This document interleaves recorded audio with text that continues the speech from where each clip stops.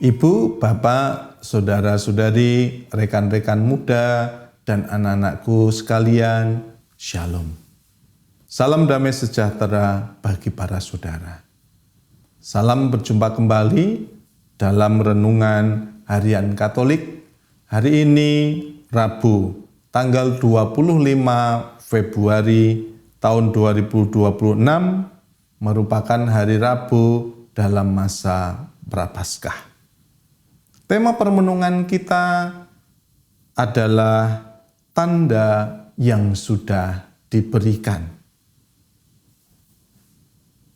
Dalam suatu pembicaraan dengan seorang katekis, ada seorang yang tiba-tiba datang menyela pembicaraan. Katanya, "Romo, saya mau pamit. Saya mau murtad dari Katolik.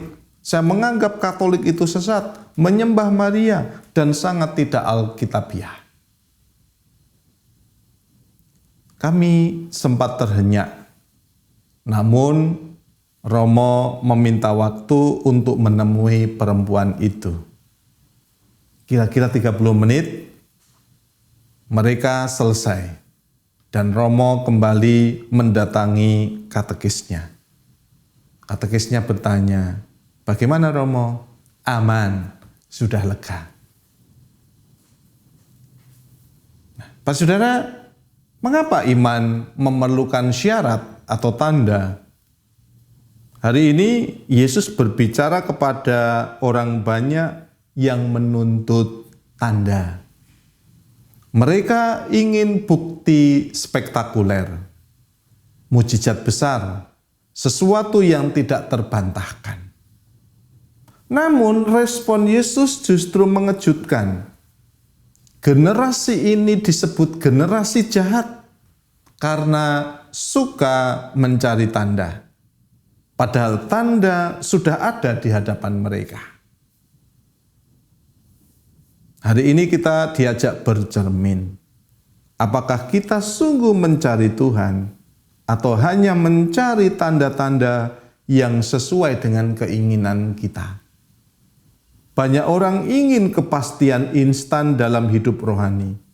Kita ingin jawaban cepat, solusi dramatis, perubahan seketika. Namun iman jarang tumbuh lewat sensasi. Iman tumbuh lewat kesetiaan harian, keheningan, dan ketaatan kecil yang terus-menerus. Yesus berkata, "Tidak akan diberikan tanda selain tanda Yunus." Dalam tradisi kitab suci, Yunus menjadi tanda pertobatan bagi orang-orang Niniwe. Pesannya sederhana, bertobatlah. Artinya, tanda terbesar bukanlah peristiwa luar biasa, melainkan panggilan untuk berubah. Tuhan sering memakai tanda bukan dalam bentuk kilat dari langit atau mujizat publik yang spektakuler atau suara yang menggelegar, tidak. Melainkan dalam bentuk suara hati, teguran sabdanya, perjumpaan kecil, dan ajakan untuk bertobat. Namun para saudara, tanda-tanda halus ini sering kita abaikan. Karena apa? Tidak dramatis, tidak spektakuler. Masalahnya bukan kurang tanda, tetapi kurang kepekaan. Orang banyak pada zaman Yesus melihat pengajarannya, menyaksikan mujizatnya, mendengar hikmatnya, dan tetap meminta tanda tambahan. Kita diingatkan bahwa hati yang tidak mau percaya akan selalu menemukan alasan untuk ragu-ragu. Seberapapun banyak tanda diberikan. Sebaliknya, hati yang terbuka bisa mengenali Tuhan, bahkan dalam hal sederhana. Seperti yang dijelaskan oleh Yesus bahwa Ratu dari Selatan datang dari jauh untuk mencari hikmat Salomo. Orang Niniwe bertobat hanya karena pewartaan Yunus. Tetapi orang-orang zaman Yesus mendengar, menyaksikan apa yang diperbuat oleh Yesus, tidak mau bertobat. Ini menjadi cerminan keras. Jangan sampai kita dekat dengan sabda, tetapi jauh dari perubahan.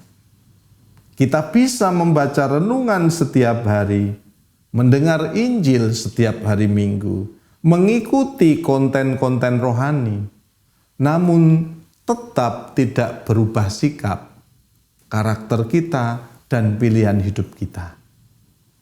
Nah, bagi kita orang Katolik, para saudara, Tuhan sudah lebih dari cukup menyatakan diri.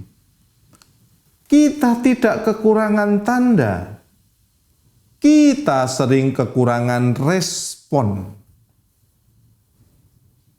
Tanda-tanda kehadiran Tuhan terdapat dalam kitab suci, sakramen-sakramen, suara hati, gereja itu sendiri, peristiwa hidup, dan perjumpaan setiap hari.